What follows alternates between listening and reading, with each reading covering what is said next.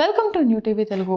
జనసేన అధినేత ఉప ముఖ్యమంత్రి పవన్ కళ్యాణ్ నియోజకవర్గాల పునర్విభజనపై కీలక వ్యాఖ్యలు చేశారు.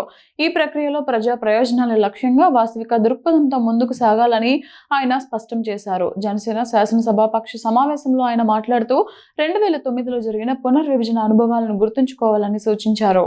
కేంద్ర ప్రభుత్వ నిర్ణయంతో రాష్ట్రంలో అసెంబ్లీ, పార్లమెంట్ స్థానాలు గణనీయంగా పెరుగుతాయని పవన్ పేర్కొన్నారు. ప్రస్తుతం ఉన్న నియోజకవర్గాలను 50% పెంచడాన్ని స్వాగతించారు. దీనివల్ల రాష్ట్రంలో 88 అసెంబ్లీ, 12 పార్లమెంట్ స్థానాలు పెరిగి దాదాపు 100 మందికి కొత్తగా రాజకీయ అవకాశాలు లభిస్తాయని తెలిపారు. ఈ ప్రక్రియ నిబంధనలకు అనుగుణంగా సహేతుకంగా జరగాలని, ఎక్కడా దుర్వినియోగం కాకుండా చూడాల్సిన బాధ్యత అందరిపైన ఉందని నొక్కి చెప్పారు. ప్రజాప్రతినిధులు అన్ని వర్గాలకు చేరువగా ఉంటూ దీర్ఘకాలిక అభివృద్ధిపై దృష్టి సారించాలని ఈ సందర్భంగా దిశానిర్దేశం చేశారు.